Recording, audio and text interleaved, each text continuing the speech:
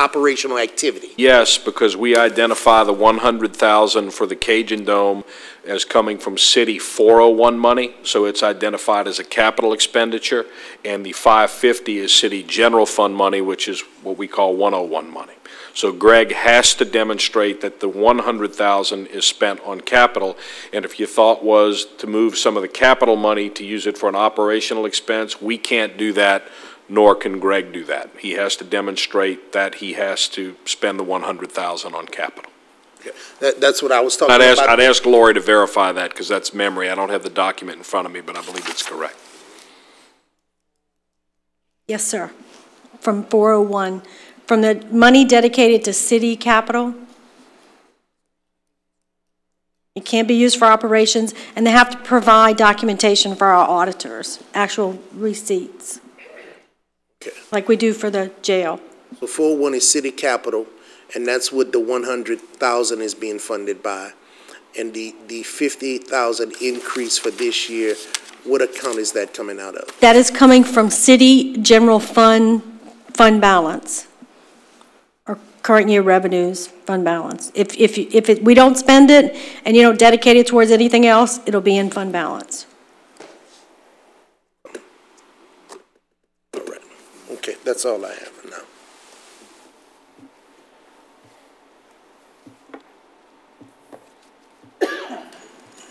Councilman Shelvin. Mr. Davis, could you come back up for a couple of minutes, please?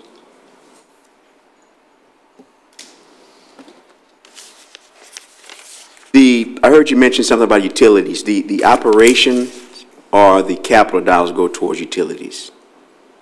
The operational dollars go toward utilities. Utilities.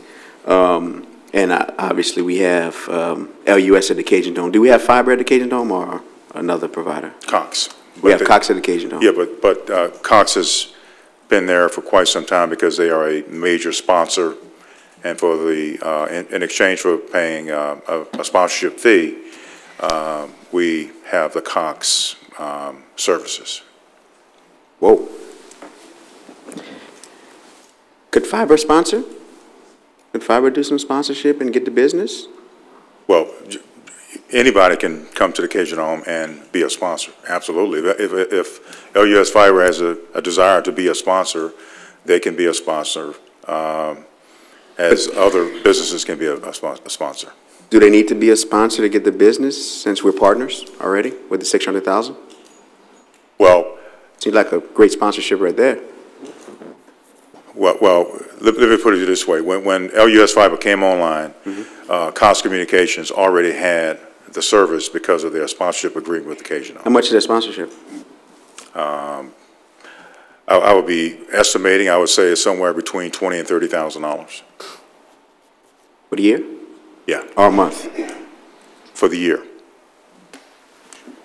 And that's just a rough estimate. Right. How much is the Cox bill per year? I would have to get back with you on that. I can't tell you that off the top of my head. Okay.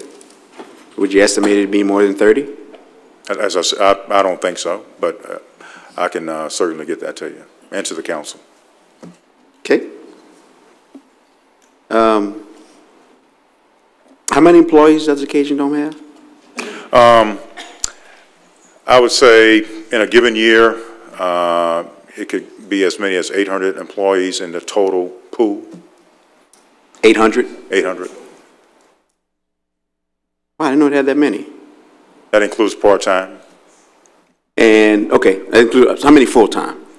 It's about 50 full-time employees. 50 full-time. And okay. If you did a full-time equivalency, it would probably come out to about 360 full-time equivalency. Okay, okay. That's all I have, Mr. Davis. Laurie is gone. There she goes. Sorry about that. Yes, sir. I was getting legal advice. Sorry about that. Okay. About what? About governmental budgeting.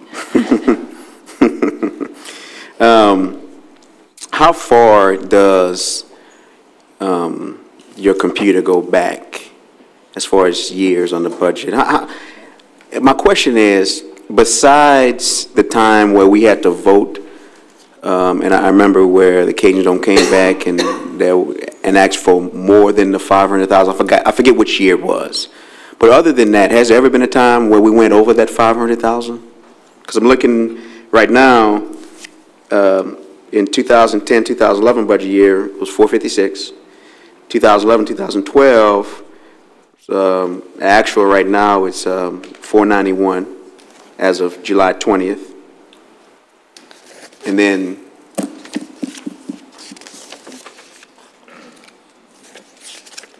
we come up with the extra 50, the final year of the contract.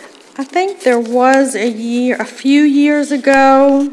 Yeah, I know that year, but other than that. When there was something unusual that went on. Yes, it's unusual occurrence. Right, and that was the only time that I remember seeing. Yes, sir, Mr. Davis. I can. Okay, go ahead. I think it was about 2 years ago, we came and asked permission to go up to 575. Other than that, the only time we went over 500 was the first year, which was fiscal year 1986, when the total deficit was around $585,000. Right. Okay. So other than that, it's been status quo at the 500. Right. And the 100 is part of the current contract, capital. Right? Yes. That the 100 that's... Yeah, the 100 is. Yeah, I'm still looking for the history. Yeah, no big deal. But the current contract is 500 and 100. Yes. Yes. Well, you have a new contract that's coming before you. Not approved yet. I'm saying, Right. I'm saying current. The current contract, Huh? 5 and 1. Yeah, the current. I'm not talking about the one that we're going to right. vote on Tuesday. I'm talking about as we speak. It's 500 and 100. Okay. That's all I needed. Thank you. Thank you, sir. Councilman Bertrand. I just wanted to suggest maybe to Public Works that wherever we have state property that the state owns and they're not willing to cut the grass, that we go to a zero-scape program and we eliminate the grass altogether. It can be done. And we probably will save ourselves $100,000 to $200,000 a year. That's all. Thanks. Mr. Stanley? I'm good, sir. Thank you. Councilman Boudreaux? I'm sorry. Could Mr. Bertrand say that again? I didn't catch. Mr. Bertrand, your mic is hot. Mike is hot? Yep. Zero-scaping, Mr. Boudreaux, is... Oh, okay. Zero-scaping, okay. Zero-scaping, it's landscaping without all the grass, and a way to create a situation where we reduce our cost on property that we're maintaining for somebody else. That is one suggestion, yeah. I don't know how it's going to look, but... Well, actually, it's really used quite often in other places, and it's used because it can look very good and reduce cost. Thank you. I know we've had a great relationship with the Cajun Dome, and I know we're going to continue to have a great relationship. And as Councilman Shelvin was speaking, he brought up something that really, I guess, put it in perspective for me, and that was the time when the Cajun Dome had to come to us because there were some shortfalls and there were some critical times in this council. It was actually this council that stepped up to the plate and met that demand. And I would foresee that if that becomes a necessity, that could happen again. But based on the budget process that we have before us, and based on that situation at I-10 and the proven history of the state and what we have chosen to do, I think that is a very significant operation that we have there. And that's why it started this process to try to get the funding back. And we, kind of got a little bit here, a little bit there. And one of the great things of what has happened is that none of this is new money. We went within the budget, we went internally, where there wasn't a need to go into the general fund or identify a new revenue source. We was able to find where there was some accesses. And I would commit to the Cajun Dome that, during the course of the year, under the new contract, if there's some type of shortfall, I certainly would entertain that at that time. But based on this, I'm going to support this amendment because there's a current shortfall in an operation that we're about to lose, or that we was on the brink of losing completely. So, I'm going to support this amendment to try to get this grass cutting back where it needs to be, with a commitment that if at the time that the funds run short or crisis occur, that the Cajun Dome could come back to us. Thank you. Any other council discussions? Seeing none, Ms. Dugas, any blue cards? Anyone from the public wish to speak on this amendment? Mr. Chair, I don't think we have, Hang on one second. I don't think we have a motion and a second yet. All right. Motion. A motion by, actually, let's stay with protocol. I'm sorry, protocol. Motion. Motion by Councilman Castile. Second. Second by Councilman Shelvin. Mr. Davis. Thank you. Mr. Boudreau, in response to what you just said, if the council says that the number is 500,000, for instance, right, then we're going to do 110% everything that we could do and should do to operate within that number.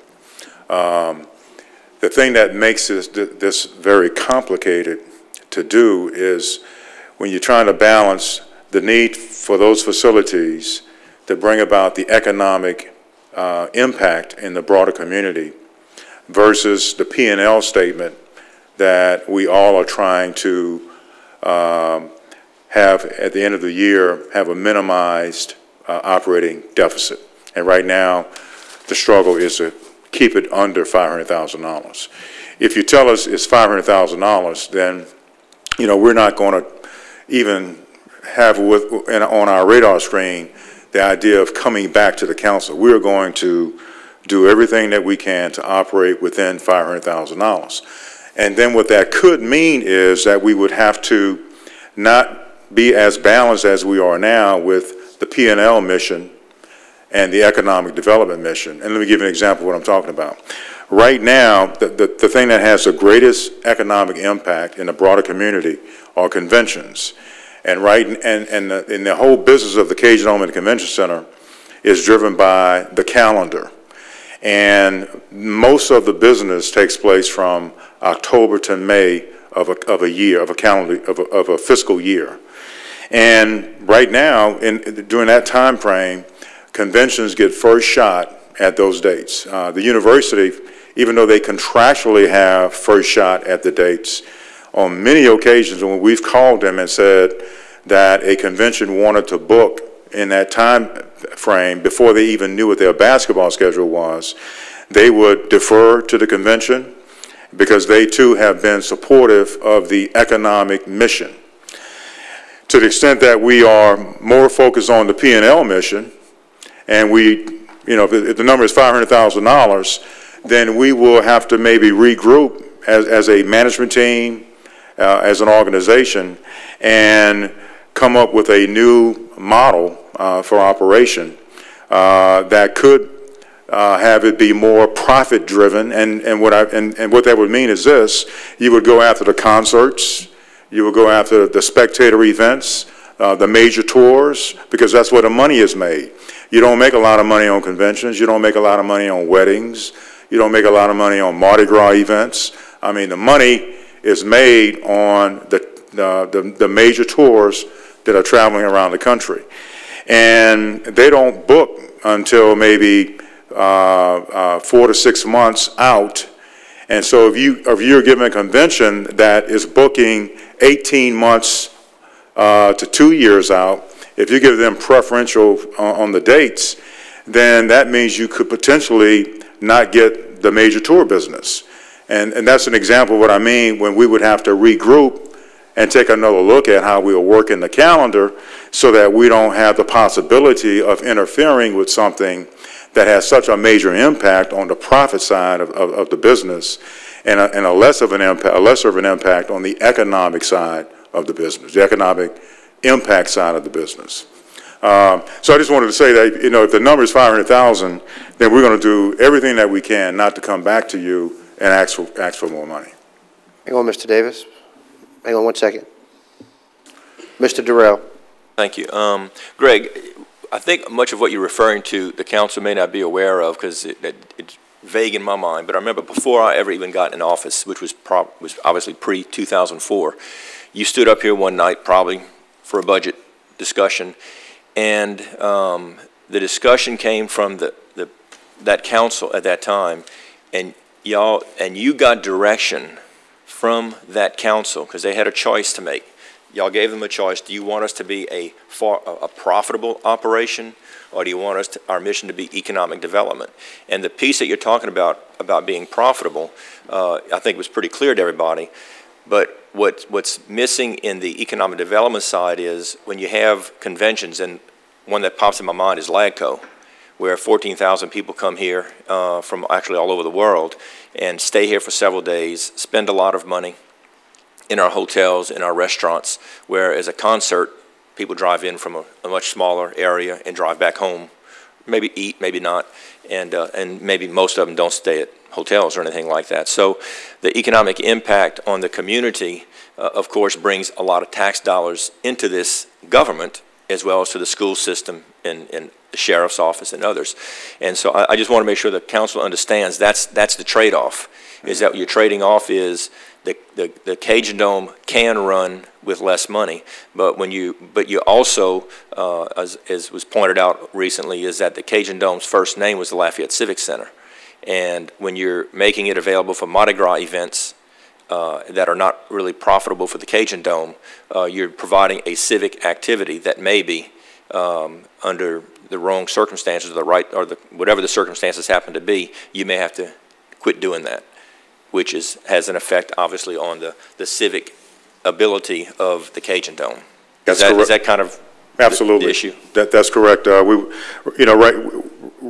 We've maintained that balance, for 26 years, and it's just getting more and more difficult to do it within $500,000. And if we stay at the $500,000 number, then it probably will mean rethinking that balance. Now, I'm not suggesting that we're going to stop doing Mardi Gras events and those kinds of things, or stop doing conventions altogether. Right. But we will have to achieve a different balance, right, so that we put more emphasis on the profit-making side of the business. Right. At the expense of the our economic restaurants development and our hotels and everything else, That's right. retail stores, whatever. So that's right.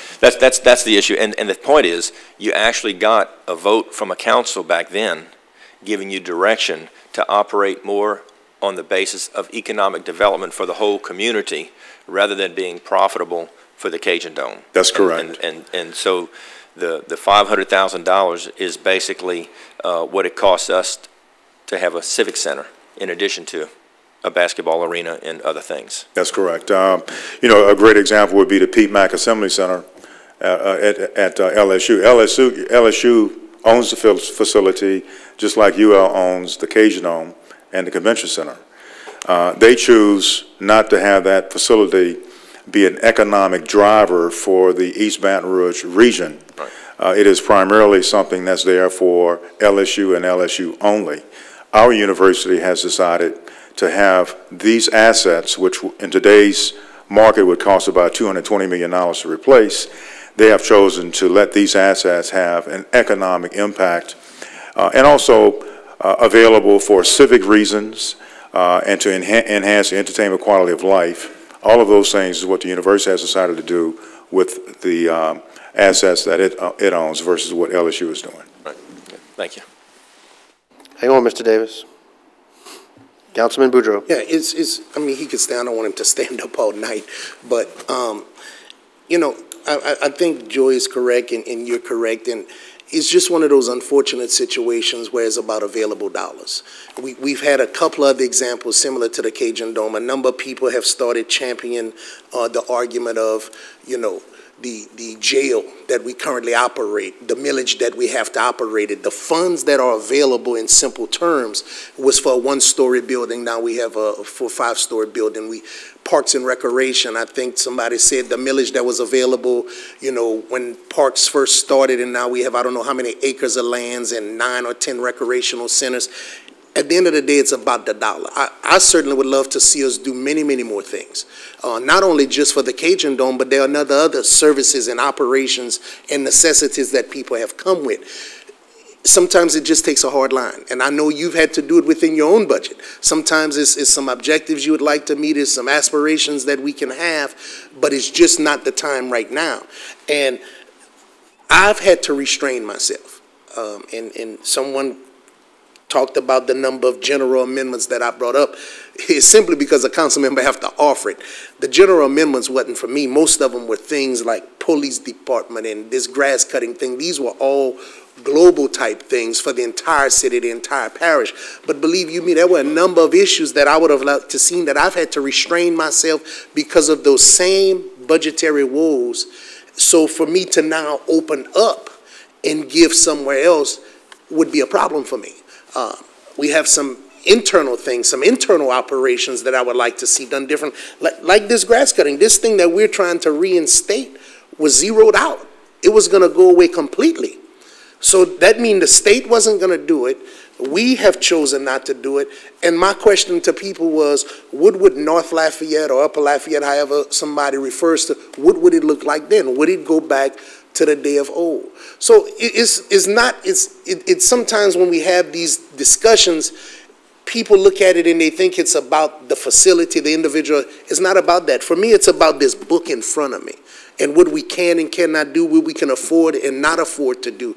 And when I went out and told my brothers and sisters, as it relates to public works, police, and fire, you can't hire, you can't grow, you need to cut, bring me some takeaway money, and then I'm going to go to my cousin, the Cajun Dome, and give him some money, that just don't make sense to me. What I'm saying is that let's hold everybody to the same accord. We're going to stay strong where we're at, and we're going to revisit this thing. We're about to go into another contract. Like I said, this council has proven that when our back is up against the wall, we were there for the Cajun Dome. And I say that we would be there again when that time comes.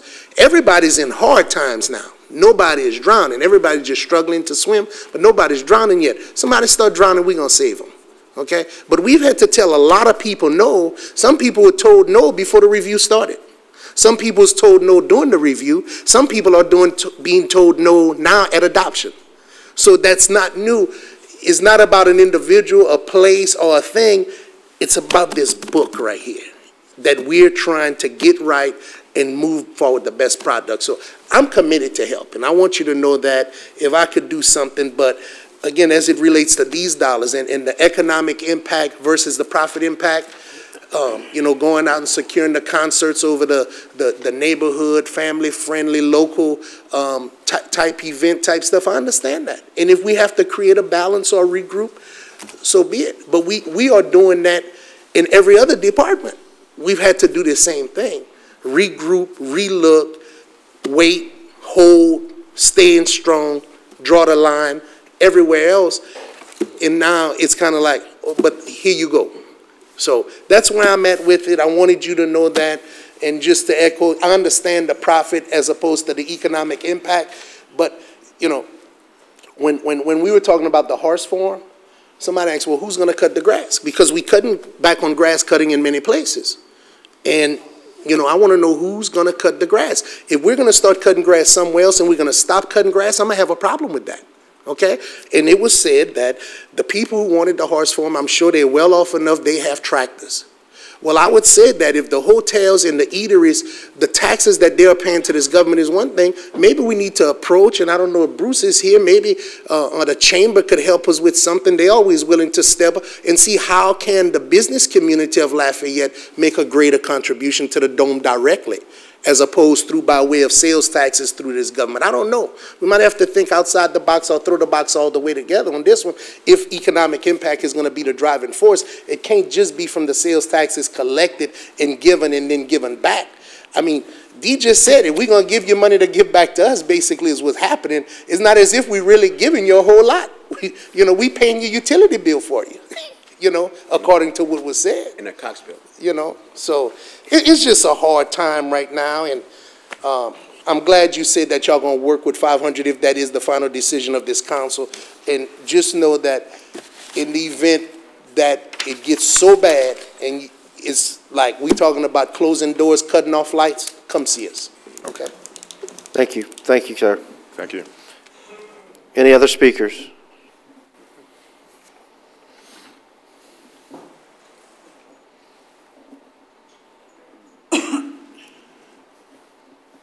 I had filled out a blue card. I don't know if this is the right place or not. But I think you particularly wanted to speak on If you want to speak to just this item and Yes. not, okay, please identify yourself for the record.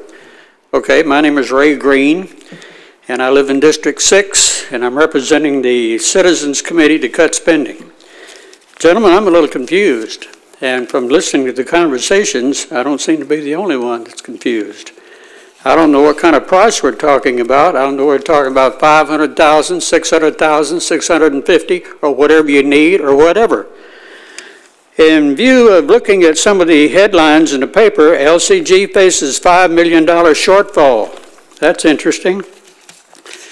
And then we have other little headlines. LCG will spend as much as $6 million to buy the horse farm. That's interesting. Issuing $6 million in certificates of indebtedness to make the purchase. And then the City Council is considering an increased subsidy to the Cajun Dome. And they want to make it another $50,000.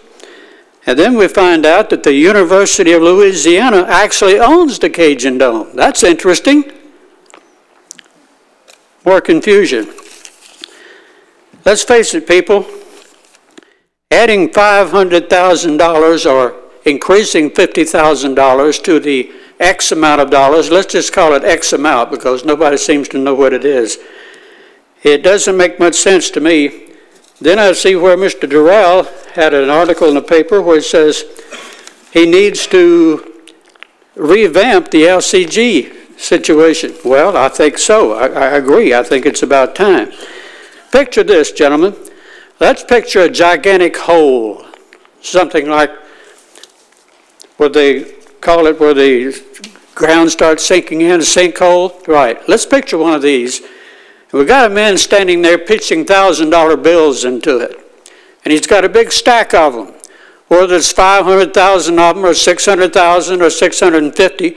And he gets down to the end after spending all this money in that sinkhole. And then he turns around and says, by the way, you got another 50,000?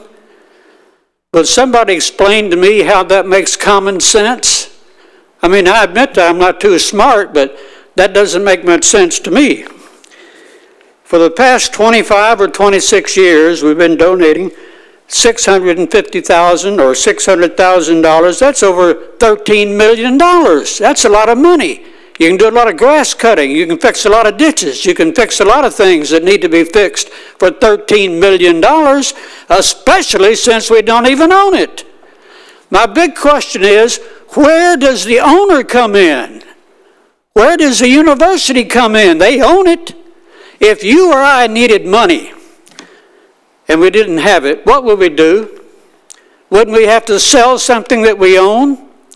Why doesn't the UL do the same thing to raise the money? Why are they so different? Why are they so special? We've got a lot of things around here that need fixing with money. Mr. Boudreaux, you said, hey, if they need some more money, come on back. We'll try to accommodate them. Well, that's real nice. But again, where are you getting the money? Would somebody mind telling me that? Where are you going to get the additional $50,000? Hello? Gentlemen, at the opening of each meeting, you invite the public to come down and get involved and to participate. How can I participate if I don't get any communication? Communication is a two-way street. Now somebody communicate with me. Where are you getting the additional $50,000? Tell me. Nobody answers.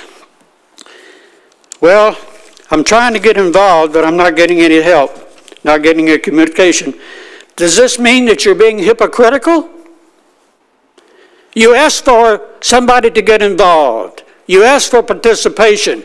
Communicate with me, somebody. We got 9 bodies sitting up there and 2 over here. Somebody communicate with me. Green. Where are you Mr. getting Green, the Mr. Green, $50,000? Yes, sir. Please lower your voice. Councilman Terrio. Okay. Where are you getting the $50,000? Mr. Green. Mr. Green. Please lower your voice. Right Councilman Terrio Right is trying to answer. I can't get him in with you screaming. Okay. Councilman Terrio. If you can back me up, I think the additional 50 would be coming out of the general fund, the city general fund, in order to fund them the additional 50,000 above and beyond the 500 they already get. Yes, sir. Okay. When I was in psychology class many years ago, the professor said if you keep repeating something over and over and over and over and over for 25 years, that's a sign of insanity. Gentlemen, I don't mean to be rude, but this sounds to me like it's a little bit of financial, shall we say, insanity.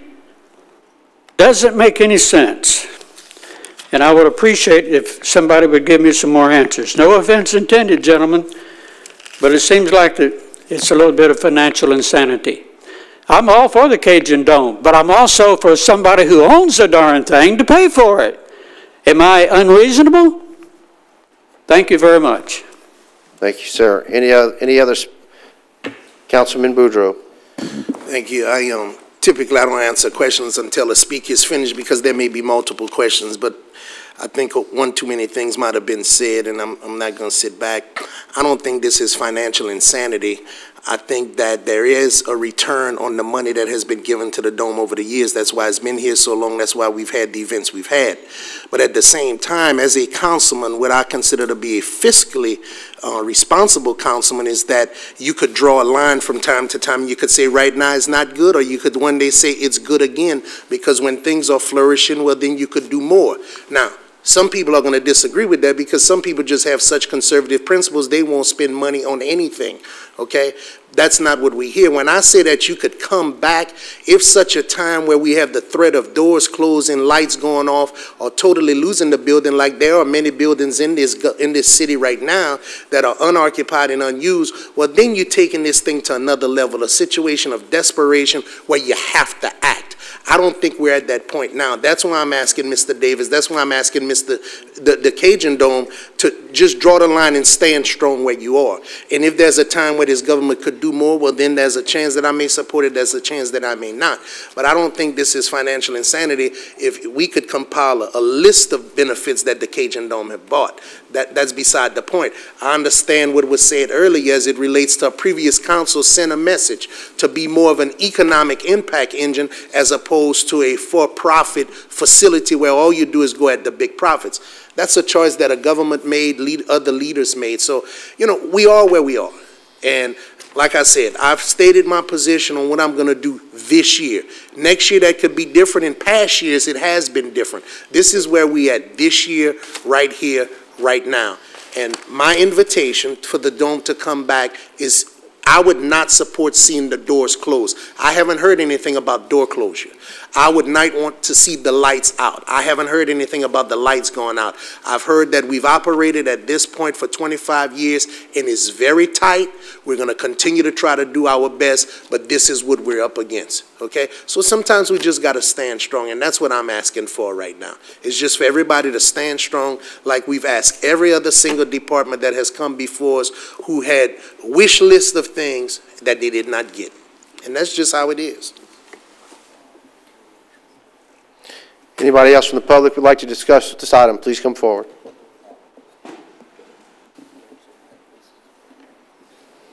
I just have one question. Please identify yourself for the record, ma'am. Stephanie Skinner. Thank you. When Mr. Green talked, how come you laughed at him, Mr. Durel? It's not funny. Okay, well, the tape will show that. But we get upset in our hearts, and people get sad, and it's not funny, and that's all I have to say. That's something that was funny, because he did make a couple of jokes up there, so I think it was polite to laugh at his jokes. Maybe so, yes, sir. A joke? Name one. I forgot it. Seeing no one else wishing to speak to address this item, and please call for the vote.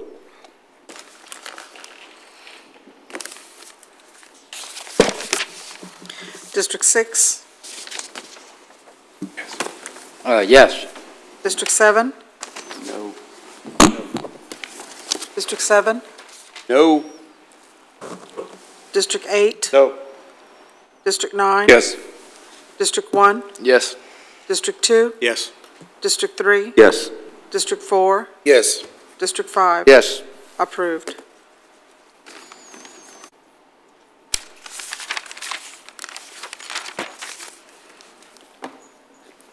Our next amendment would be amendment number 6. Once again, I'm going to give the floor to Councilman Shevin. This is his amendment that was done today. I do not have the wording in front of me. Thank you, sir. I'd like to withdraw that amendment. This amendment has been withdrawn.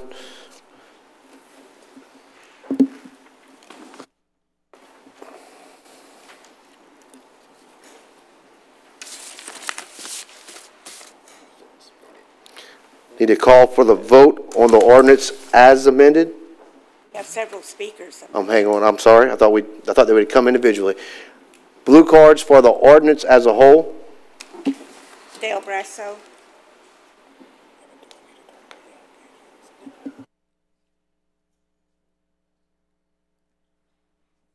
Appreciate your time, and I know the ordinance has been going on long. I've been watching Buddha and Maid for a long time.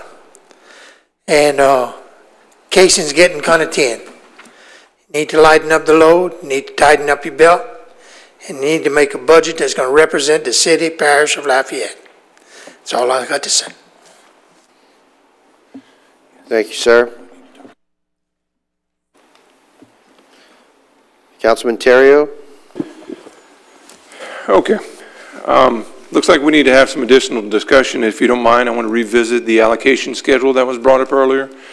Seeing as this is budget and this is the time to do it, there's no time like the present. Ms. Toops,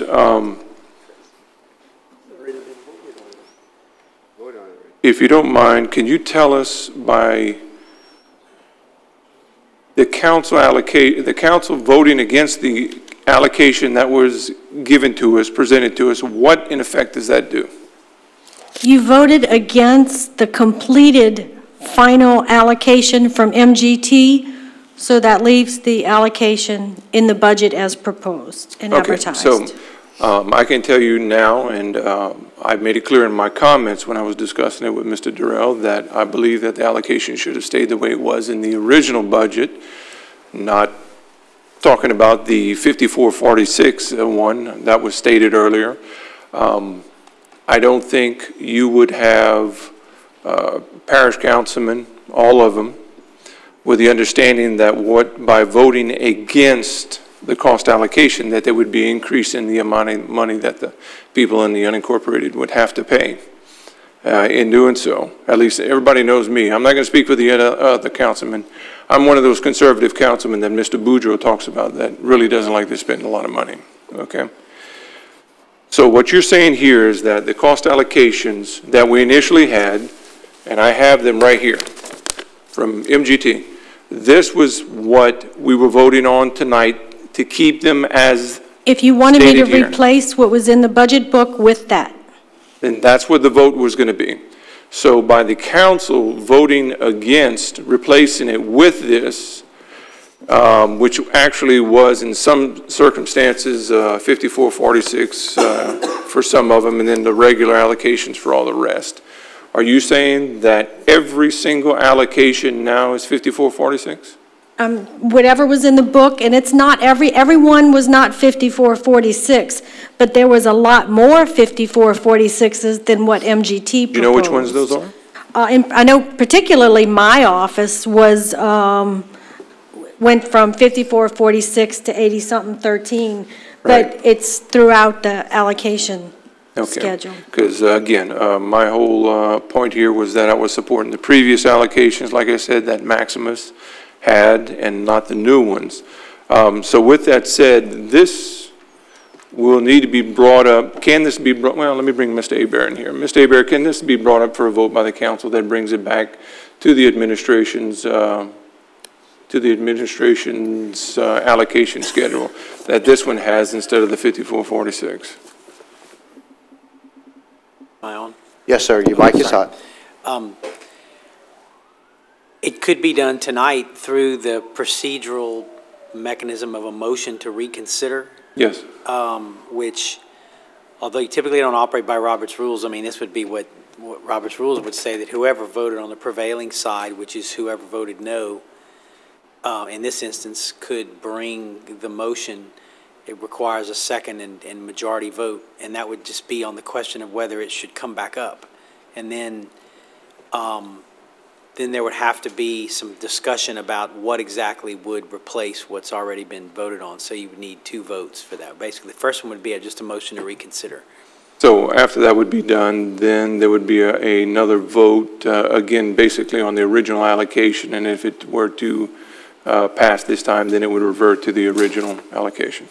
Well, I'm not sure what you mean when you say original allocation. Well, the ones that were presented by MGT, the secondary ones that were given to us. Am I correct, Ms. Stoops? Let's suppose, I think I understand what you're saying. Let me see if there's... Let's take it a step at a time, if you don't mind. Let's call that the final completed study. Right. Okay. The final. The Okay, that's a great and the one. final. Proposed and final. Let's go that way. Let's first take your example, and what you're saying is I need to make a motion to reconsider? If that's where you want to go with it. Yes, I want to go on that because I do not want the unincorporated paying above and beyond what Maximus, or not Maximus, but MGT had allocated. Because again, my initial interpretation is that my comments were that I was agreeing to the allocations by Maximus and not by MGT. But because this council did not pass this allocation, I'm being told that a number of them have reverted to 5446, which are higher than what was initially put in there by MGT. Am I correct with that, Ms. Stoops? Yes, you are correct. And I would also, if you don't mind, I'd like to add, if you are inclined to use the new MGT study and continue the reassessment and reevaluation process, you are going to have less to clean up with the final MGT study than what you will with the proposed. The final study. one is what I wish to go for. Okay. So at this point, I need to make a motion to reconsider? It would be a motion to reconsider the previous vote on the allocation. Okay. All right. I'd like to make a motion to reconsider the previous allocations. A motion by Councilman Terrio. Do we have a second? Second. Second by Councilman Nakane. We have questions on the board, so I'm going to, does anyone, and I'm sure they do, so I'm just going to go through my board because I'm sure the question is about the motion to reconsider. Councilman Bertrand. No, I don't have a question. I voted yes the first time. I'm going to vote yes the second time. Thank you. Councilman Boudreaux. Mike, in the event Mr. Terrio's motion was to fail, they can also bring it up through an ordinance to amend the budget even after adoption? I presume later, like what was talked about revisiting it 3 and 4 times in the course of the year? Yeah, I presume later some separate budgetary revision could come up that would adjust the allocations in some other fashion. Okay. Mr. Terrio, is it your intent to go through each one of the allocations tonight and pick and choose which ones you want to be at one percentage and which ones are going to be at another? Or are you going to just go ahead on and take the entire recommendation as it is in the report? At this point, I have no choice but to accept the MGT as it is right now. I don't think it would be appropriate at this point to go through them line by line because of the magnitude and the amount of them. So I would be accepting the MGT proposal, which has the initial allocation numbers that this council was going to vote for tonight, which means that will show the sum increases from 6436 to the 54. And the reason I ask is because I heard you ask Lori about, well, which ones don't, and I would hope we would not try to perform that exercise here tonight, because that has been the offer existence from day one, that, look, this is what we have today. Right. Nothing written in stone. And if we find a better formula or a more applicable formula, we could look at it. Well, So it would just be to accept the report. Yes, it would. It would be to accept MGT and nothing other, because as I mentioned earlier, there's a lot of data that I would need to get in order to, if I were to propose a difference, give some kind of proof or determination as to why it needs to be so. Okay, all right, thank you. Mr. Chairman, I just want to make clear, although I have no beef with this discussion, that the question on the table now is whether this should be reconsidered at all, and then it would have to be a separate motion and second and vote. If we were to go with the MGT study, it'd have to be a second motion, second and vote for that purpose. Yes, sir. The only thing on the table is whether it's going to be reconsidered at all. Right? Yes, sir. Yes, sir. Councilman Nakane, Kevin Nakane. Yes, just so I can understand this correctly, because I missed the last budget meeting. I was out with my father. If I'm understanding correctly, the budget that was proposed, that you came down with 5446, when we were going through the items, MGT recommendation was, the first initial came down based upon population, if I'm understanding correctly, and then MGT came in, and I'm understanding now that what they're proposing was a combination of different things. It wasn't strictly, no, okay. No. The proposed allocation schedule, most, but not all, I want to be clear, most of the allocations were by population. Okay. But not when we can count traffic signs and stuff like that. But most of them were. But MGT was in the middle of their study. Okay. So it wasn't until the final allocation came down, that they came down with the final and presented it to you. Okay. So what my suggestion was is that we knew when we introduced this proposed one that there was going to be some cleanup. Okay. And you guys continue to express that you believe there still is some cleanup. I think you will have less to work on if you adopt the MGT study. Right. I thought we were voting, I'd like to definitely reconsider, because I thought I was voting on what the original was brought down instead of with the MGT deal. I got mixed up on the, yeah, the MGT study is more concerned, it uses a variety of methods. They went back and tried to clean up as much as they could. They used 23, 24 different methods in that allocation. Makes sense to me. I'd like to make a motion to reconsider. Second. We have a motion by Councilman Terrio, second by Councilman Andy Nakane. All right.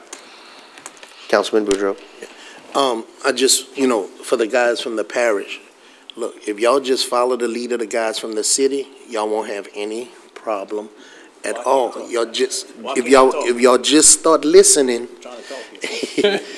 this thing could be fixed. But y'all gotta listen. Okay. I don't like to listen. I know this.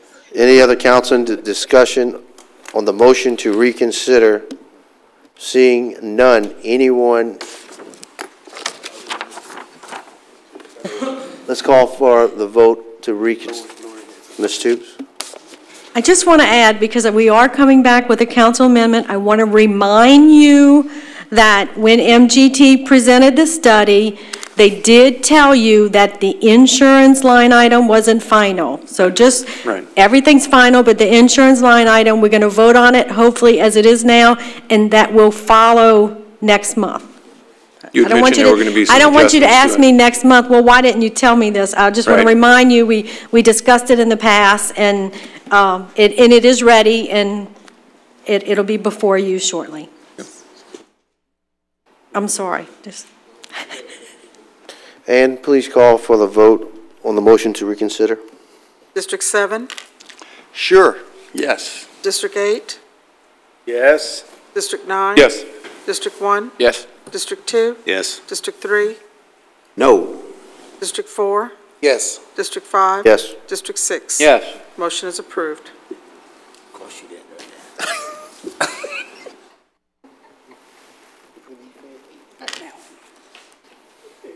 Councilman Terrio. Okay, at this point, I need to make a motion to accept the MGT proposal that was given to the council well, let's see. As proposed. As proposed. The insurance will come later. Which means not the initial proposed one, but the MGT proposed for The MGT final. final. That's what I wanted, the MGT final. I make a motion. The motion, second by Councilman Kevin Nakam. Any council discussion? Seeing none, anybody in the audience wishing to address this? Seeing nobody, and please call for the vote. District 8? Yes. District 9? Yes. District 1? Yes. District 2? Yes. District 3? Yes. District 4? Yes. District 5? Yes. District 6? Yes. District 7? Yes. Approved. Ms. Dugas, do we have any blue cards? I don't know if we went through all the blue cards previously. We did Mr. Brasso. I think Mr. Green left. His recent limit. Let's say that public. And then Stephanie Touchette. Want to speak? Yes.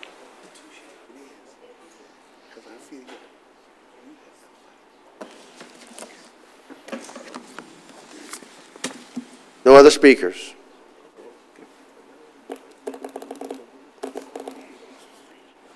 Wait, she's coming. Hi. So I have a few questions on just everything. That's okay if I take my 5 minutes real quick and just... Yes, ma'am. Okay, on page 30, I want to ask about the federal money. Last year there was 18.9 million was given to us from the federal government. And this year only 73,000 has been received. And so there's 22 federal grants that have not come through yet. And I want to know why and when they come through, if anybody knows.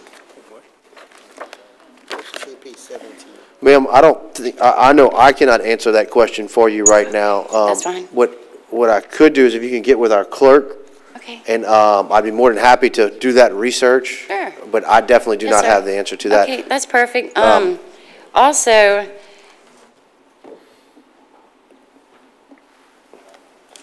yeah, and there's only one state grant listed too, but I'll get in touch with the office on that.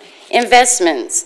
If we're in debt and we're broke, and like Mr. Green said with his articles on the situation that consolidated government's in, well, there's 3.3 million revenue in investment earnings. And so I wanted to know what you invest in and where does the money come to invest if we're in a crunch, and what are the investments used for? And that's on page 35 and 36. I know by our charter and our law that we have to balance our budget. So we might not have as much money as we have in the past. I know that, Ms. Toopson, we have to have a balanced budget. Is that correct? By our charter. The investments, once again, I don't know if Ms. Toop, do you have any answers about the investments, but I can get you those information on how we make money in our investments. Or maybe Mr. Durel, do you have an idea? Well, sir, you collect property taxes at the beginning of the year. We don't spend 100% of our budget the day we collect the money. It sits in the bank and we try to maximize earnings. We have some funds that do have money and they earn revenue, and we have some funds that are very strapped for money because our funds and our tax structure is dedicated. Money that is dedicated for mosquito control and health unit, they have money and it earns interest. But I can't take that money and use it in the city or the parish general fund whose budget is tighter. So you have various arrays in which you can earn interest. We invest only in what we are allowed to invest in by state law and nothing else. It's a very conservative investment portfolio. Yes, ma'am. Is there a way, I'm going to move on, but is there a way I can attain a list of those investments? You can. Or is that not privy to the public? Everything we do is privy to the public, and it is posted on the internet, and you can look it up in the audited financial statements, and you will see the investments identified in the financial statements every year as long as LCG has been LCG. Yes, ma'am. Once again, if you want to get with the clerk or the administration with a list, so we can answer. I'm just learning everything. It's hard. Okay, Well, now my I wish I next had one. more answers. Some of the questions I will have the answer to, and some of them I will not, that are more technical. And that's totally fair. Okay. My next one, I'm running out of time, is the police department and their personal salaries. This is on page 129. On page 129, there was 755,000 on the personal salaries last year. It's up to 13.3 million. Why is that? Is that a typo, or are there raises, or? Would you like me to Yes, address Ms. that? Tiff, This was please. explained during the budget process. Okay. We had all the salaries broken out into several divisions, which made it administratively cumbersome for the police chief to handle. So now all the salaries are in one division, so it will mirror the way the fire department is handled. Yes, ma'am, because that's a huge, huge, huge The police increase. department is actually decreasing substantially because of all the positions that were cut. Yes, ma'am. Well, how come it went from 755,000 up to 13.3 million? Because it was recorded over many different divisions. Okay. So you don't see it all in one line item. Yes, ma'am. And now we're moved it up to one line item. This is a line item. If you look further on, you will see very many divisions that are showing 0 for next year. Got to look at the next few pages. Yes, ma'am. Okay. And my next one is holiday pay on the police department. Is that the same issue, Ms. Lori? Is that, That's the same issue. Okay, okay. And then the next one I have is group health care and Medicare. Last year it was 91,000, now it's projected to 1.9 million, same thing? Same issue. It's all being recorded under one division. Okay. And so does Obamacare, is that going to raise costs in any sense of the word? We have an estimated increase in group health. I cannot say that it's related to Obamacare. It is related to the studies that our consultants do, and I believe it was about an 11% increase in the cost. Yes, ma'am. Also, we have to give the federal government $4.4 million on Medicare and SSI. Is that correct? I'm not sure where you got that number from. Okay. Because I know group health care is up 20 times, group life insurance up 19 times, retirement Medicare is up 20 times. But, okay, well, I appreciate you guys. Thank you very much. And I just want to let you know, I do appreciate you coming and ask questions, and we want that. On some of the technical ones, please submit them. We can try our best, Mr. Stanley and the administration and Mr. Durel and Ms. Dugai, if you have any, that we can research and answer ahead of time. Sir. But definitely, no, there is no dumb question, so keep asking them. Thanks, yeah, and then that way Acadiana can learn, you know, because as I learn, they can learn, and it's important to all of us. Thank you. I'll learn too. Thank you. Thank you. Ms. Dugai, anyone else? Yes, sir.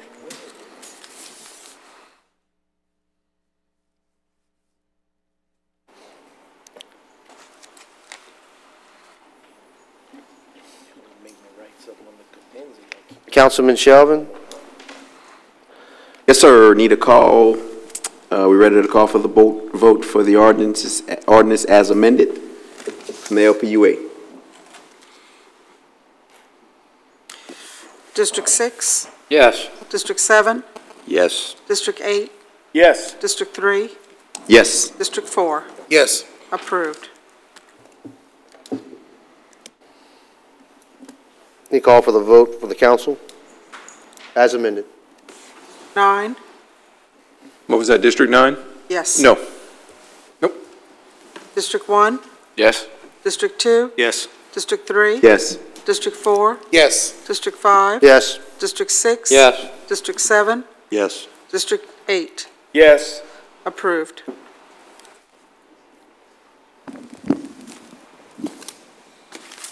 And please read the next ordinance.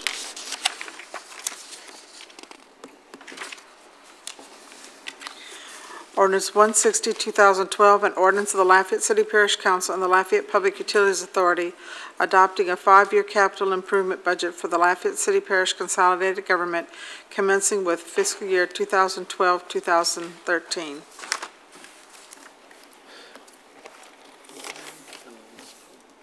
Councilman Shelvin. Thank you. Need a motion and a second from the LPUA member. So move. Second. Got a motion by Councilman Andy Naki and a second by Councilman Bertrand. There's no discussion. None at all? Nope, we will go, I need a motion and a second from the council. Motion. Second. Motion by Councilman Castillo, second by Councilman Kevin Nakka.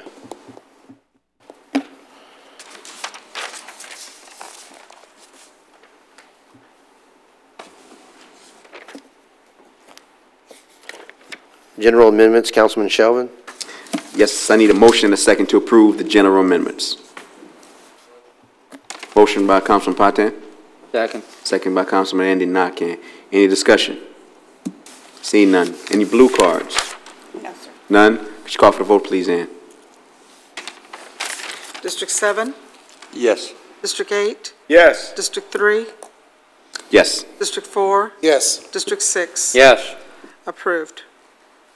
I need a motion and a second from the council to approve the general amendments. I have a motion by Councilman Castillo. Second by Councilman Kevin Nakka. Seeing no council discussion, Ms. Dugan, any blue cards? Yes, sir. And please call for the vote. District 1, District 2, District 3, District 4, Yes. District 5, Yes. District 6, District 7, District 8, District 9. Approved.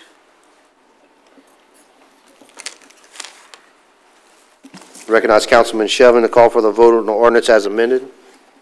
I'd like to call for the vote for the ordinance as amended from the LPUA board members, please. Ann? District 8, Yes. District 3, Yes. District 4, Yes. District 6. Yes. District 7. Yes. Approved. I'd like to call for the council for a vote from the council on the ordinance as amended. Ann? District 2, District 3, District 4, Yes. District 5, Yes. District 6. Yes. District 7, Yes. District 8, Yes. District 9. No. District 1. Yes. Approved.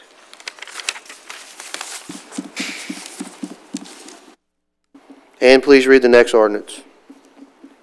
Ordinance 161, 2012, an ordinance of the Lafayette City Parish Council and the Lafayette Public Utilities Authority providing for operating and capital budget of the communication system for the fiscal year beginning November 1st, 2012 and ending October 31st, 2013. I'd like to recognize Councilman Shelvin, Chair of the LPUA. Thank you, sir. I need a motion and a second. So moved. I have a motion by Councilman Boudreaux. Second. Second by Councilman Andy Nakka. Any discussion? Seeing none. Blue cards? None. Call for the vote, please, Ann.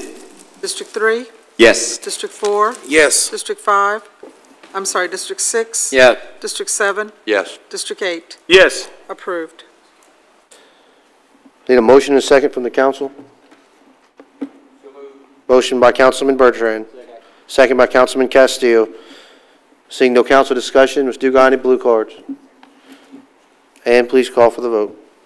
District 3, Yes. District 4, Yes. District 5. Yes. District 6. Yes. District 7, Yes. District 8, Yes. District 9, No. District 1, Yes. District 2. Yes. Approved. This meeting's adjourned.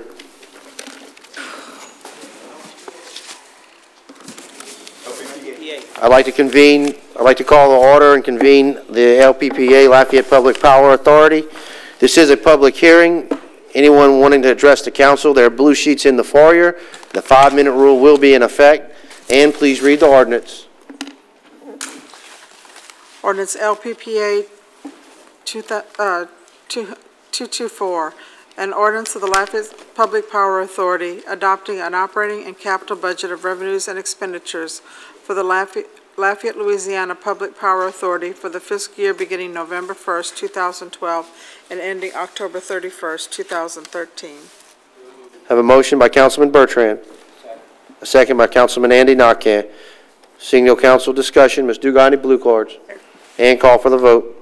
District 1, Yes. District 2, Yes. District 3, Yes. District 4, Yes. District 5, Yes. District 6, Yes. District 7, Yes. District 8, District 9. Yes. Approved. This meeting's adjourned.